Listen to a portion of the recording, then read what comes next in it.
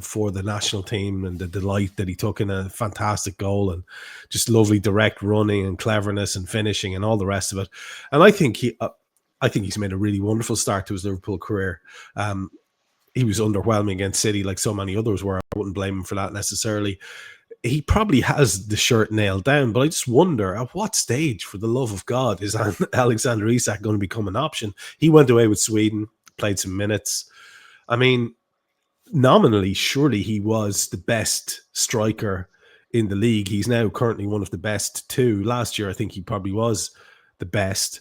Haaland's outrageous at the moment, so there's no living with him as a direct opponent. But Isak, on his day, his ability, we should have such a resource in him. And I, for one, am getting a little bit difficult to keep hearing the stories about pre-season and training, and I understand there was a niggle and an injury and all that, but it's getting to that time, Jan, isn't it? We need to see the main man perform. So first, you mentioned Hugo Ekitike and how well he's done.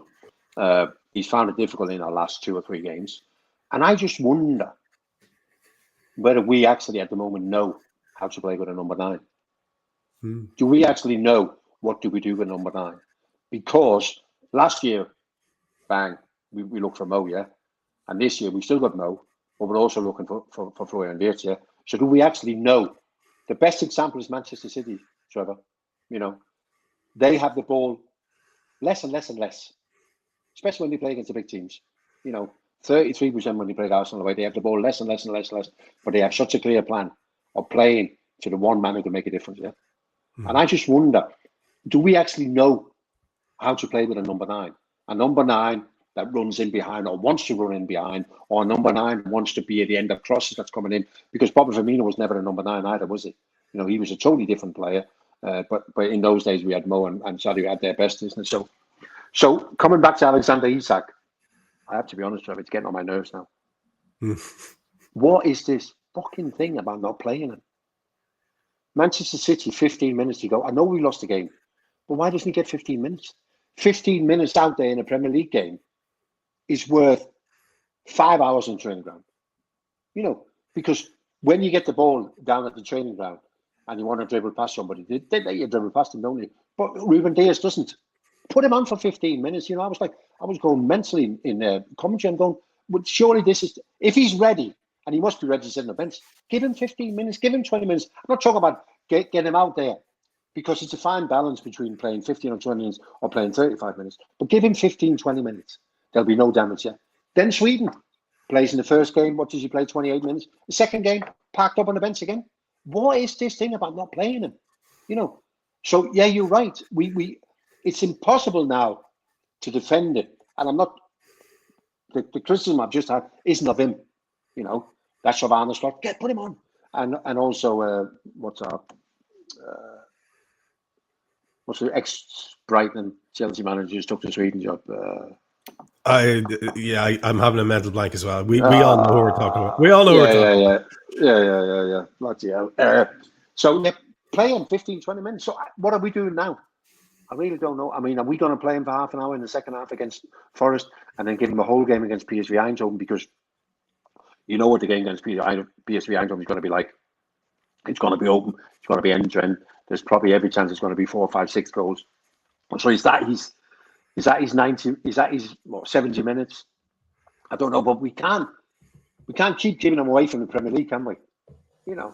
I know we've got a little sort of soft run of games in it, but at some stage your bread and butter is the Premier League, and so please, can we, Graham Potter, please, can we get him out there? Do you think Graham Potter was told by the club, by our lot, you've got give him, right, take him away, let him train with you, he needs to keep momentum, he needs to keep whatever. I'm struggling like you. I find myself trying to find an excuse for it, and the more I think about it, the more annoyed I'm getting. And again, it's not about the player himself. I'm sure he's absolutely, you'd said this the last day, that kid is busting to get in the park. He just can't wait to get in the park. No one wants to justify Alexander Isak's price tag more than Alexander Isak. I hope that this period of fixtures that's coming up, is going to be the time when he gets revealed to us in all his glory. I really do. Imagine the lovely headache of, is there a world in which we can play Isak and Ekitike together because they're both doing so well? I mean, that's where we want to be, Jan. Jesus, it doesn't seem like a lot to ask. We do have this run coming up before we start narrowing it down in terms of the next two games. We'll finish the show with those as per usual, but we do have this run of games coming up, and I wouldn't mind just having a quick look at these because it's very interesting to look at. I'll just share it with the people here so they can see it. And obviously we have Forest at home on Saturday, but then this run of games coming up, like we'll talk about PSV away on the Wednesday night as well, because you and I probably won't have a show before that. And then it's West Ham, as you can see, on the 30th of November. We go away then to Sunderland. We're at home then to Sunderland. We go away to Leeds. We go away to Inter. We have Brighton at home. We are away at Spurs on the 20th, at home to Wolves on the 27th. And that sees December out, and January starts with the game at home to Leeds. And the cycle begins again. As you look at that, and people can just watch them slowly scrolling if they're watching the video. PSV will hopefully be. It's a game that Liverpool of old, as in all of 6 months ago, you'd say, right, we win that. We beat West Ham. We beat Sunderland. We beat Leeds. Inter will be tricky, but we'll beat them. Brighton will beat them at home. Spurs, we have to go to them. It'll be tricky as usual, but we should be beating them. Should be beating Wolves at home, beating Leeds at home. Should be able to go to Fulham and win. Should be able to go to Arsenal and win in the new year if we're on the back of a load of great results. But we don't have that thing, Jan, that you and I have been able to say since we started doing the show, that we fully expect our team to do the business regardless of the opposition. We don't have that confidence anymore. In fact, it's utterly shattered. So as you look at that win of, or that run of, inverted commas, winnable fixtures, does it look like that to you, or do you actually get twice as nervous? Because most of those teams will come and do the thing that we don't like teams doing to us at the moment, which is being direct. Yeah, so I mean, you could probably go all the way to the Fulham game, which is the 4th or the 5th of January. So that's a lot of games. So we're talking potentially, 10 or 11 games. If we isolate them and go one by one, I think the Inter one will obviously be the difficult one. But I think we'll win. Let's say there's 11 games, we'll win 10 out of 11. Yeah. But when you put them together and you go, I'm not sure we're at a stage right now where we can win 10 out of 11 games. Because the games are obviously every 3 days and what it requires and everything else, isn't it? Forest, we know it's going to be difficult. It's going to be a nightmare of a game. PSV, they're going to come and play, so that's going to be nice enough. But West Ham, do you really want to go to West Ham right now? They just won a couple of games. They find a bit of belief. So that's a tricky game. And then Sunderland come with all their confidence and unbelievable start in the Premier League. And then you go to Ellen Road, which, Ellen Road is, I mean, we've lost Goodison Park now, haven't we? So Ellen Road is probably the one stadium sort of left that carries a team. The crowd can carry a team. So that's going to be a tricky one, isn't it? Brighton is finding a bit of form and they're finding some clean sheets as well, isn't it? So I generally don't know, Trevor. But if you ask me to predict every one of them in isolation, I would think I still have that. And I was going to ask you, do you still have that, Trevor, before every game? You think we will win? We'll win today. Yeah, I still have that. But I don't think we can win 10 out of 11. And that sounds funny, doesn't it, Paul? I'm sort of perennially optimistic for some reason. It's one area of my life is football where I am. And I to answer your question, I don't have that anymore. They've kicked the bollocks out of it, Jan. They really have.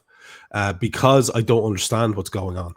Because I used this analogy on a show recently, and it'll make sense to you in a far, far clearer way because you were one of these people I'm talking about.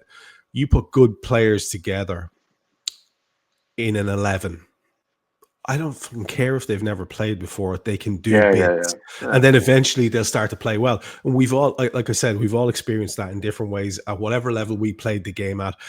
If you get a few of the very best players at whatever level you're at and you put them together on a team, that's what all of our school lives were like. That's what an awful lot of our early football careers were like. Oh, these teams aren't fair because you've got all the good lads. Like, we have all the good lads, Jan. Yeah, like let's be simplistic about it. We have all these fucking wonderful footballers. So it really puts the crosshairs on my bald brother from Dutchy land there to get it right. And I feel like he is under real pressure for that reason.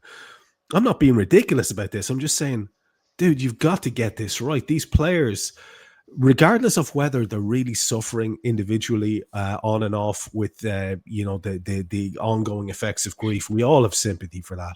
Regardless of whether maybe there's sort of some of them have one eye in the door. Rumor is that Mo could be on his way. The rumor is that Ali's on his way. You could understand that some of the senior footballers might not necessarily be all there, or might not have the same desire to muck in for the group for the future that they did in the past. And maybe some of the new boys are feeling isolated and alone and all that. But Jesus Christ, someone has to rally the troops in that case. You can't be, I'm not saying you have to be Jurgen Klopp, Jan. I'm not saying you have to be this big avuncular kind of character who's a bit larger than life. But you also can't be distant. You also can't turn your back on the fact that this is a real issue. That togetherness we associate with this bunch of lads, it's just not there. And it's showing in the performances. I think you summed that up really well, Trevor, in that what we need now is a guy to lead us, similar to our most revered managers over the years. You know, the Bill Shankly and the Jurgen Klopps of this world, people that made you believe. You know, it sounds silly, doesn't it? You know, when we talk about Klopp and he made Liverpool fans believers and whatever, it sounds silly, isn't it? But when you look back at it, that's exactly what it's about now, isn't it? So, and I do believe that there's a certain amount of truth in everything that you said in terms of, is Alisson Becker the next one to leave? Is Mo Salah looking to maybe go somewhere else now after they hadn't turned out quite? Some of the new boys are finding it really, really difficult. What are they thinking, isn't it? And I do think there's a certain amount of truth in that. That is probably going on, you know. And when you have situations like that, there's only one man who can put it all together, isn't it? And there's only one man who can put it all together with a clear strategy, you know. And that's where dressing rooms and star players, and we've got a lot of star players, haven't we?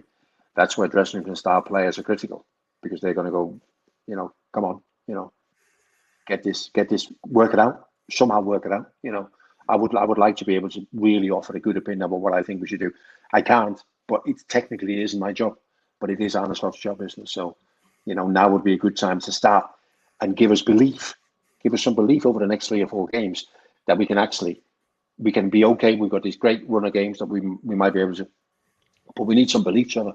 You know, there's hardly any belief. I mean, I had lads ringing me on the way back from the city, and I know when they ring me, they've rang me 3 times in the last 10 years on the way home from away games. So you kind of know why they're ringing, isn't it? You know, because they don't know either. They go, "What's happening? What was that?" You know. So I'm talking to people now about the Nottingham Forest game, and what is the first thing that they say? Well, here we go again. Sean Dyche, long balls, and already now, whereas normally you'd go, yeah, Forest is okay, isn't it? But surely 2 or 3-0 all day long, isn't it? You know, they won't get anywhere near us. We'll dominate and we'll put them away and we'll move on to the PSV game, isn't it? But all of a sudden now people are worried and concentrate on, because what we're very good at, Trevor, normally is we concentrate on our own team and we kind of dismiss the opposition. We just get on with it. But now people are going, it's Sean Dyche. We know what type of football it's going to be. And Forest, if you based on last season, were quite good at defending, you know what I mean? And they're a big physical side. So already now people are seeing worrying signs everywhere. And I'm a little bit the same. I think we'll win. But I think it's going to be one of those uncomfortable afternoons again. Yeah, and there'll probably be more of those until there isn't. And lots of things can go right. We can get, like I said, Isak in a run. Hugo Ekitike can start pulling up trees. Florian Wirtz playing regularly well. Get that midfield functional, all those kind of things. But there's just so many of them to address that it is hard to have that same confidence you usually do. Just before we go to Forest and PSV, I never actually got to say it to you directly. I introduced it, and I think I derailed the question. If we were to sign Antoine Semenyo, what would be your thoughts on that? I like him. I do like him, Trevor. He's capable of playing both sides. He looks like one of those footballers who are almost immune to injuries. You know, he's got a great track record. He's obviously a big, strong boy. And if anyone is in any doubt, and sometimes you go, well, what's he actually done? Well, just go back to the first game of the season when he had that half-an-hour spell at Anfield where he was electric. You're absolutely spot on that Liverpool have looked at him before, but last time they looked at him, they were lacking an end product. He had all the right numbers until the numbers that matter. You know, the numbers that win you the game, and they weren't there. But he's added that to his game. Add to that the Richard Hughes, obviously know him better than most. Add to another thing, which I think will be massive for Liverpool. Liverpool will probably look at 65 million and think he's undervalued. So that'll be another reason for us to be really, really interested. I would absolutely embrace a player of his talent, a player with his attitude, Trevor. He's got a great attitude to the game, you know, up and down, wants to. What I like about Bournemouth players is that they're used to playing in a team. You know, they got a lot of great players, but still they managed to keep the team as the star. So he knows how a team works. You know, there will be no special role for him if he should he join us. It's just do the same what you've been doing at Bournemouth. And so yeah, I'm a big fan, absolutely a big fan. It's just whether we think 65 million for him is the right thing to do in January, and it will be. As long as if they make a decision that we don't want to sign a centre half because maybe we've got somebody lined up, but we want to do something in the summer, and also we can't get who we want to get in midfield, then of course it makes sense. You know, and as much as people say it's hard to sign in January, yeah, it is hard, but we've signed some really good players in January over the years, that's for sure. Yeah, and I think that's what it comes down to. I think we'd all love to see that Semenyo attitude in the Liverpool team, and maybe it'd be infectious. Who knows? And the other thing, I think you're spot on that at 65 he does represent value. It seems like an awful lot of money, but do you think it's going to be 65? Would it have been 65 in the summer? I mean, you know, we're doing it's a clause for a reason. So I can see the club maybe saying, well, let's take advantage of this, maybe long term. Like if we're both right with our suspicion, maybe there won't be a Mo Salah around next year and we'll have to shake things up a bit. So let's see how that works.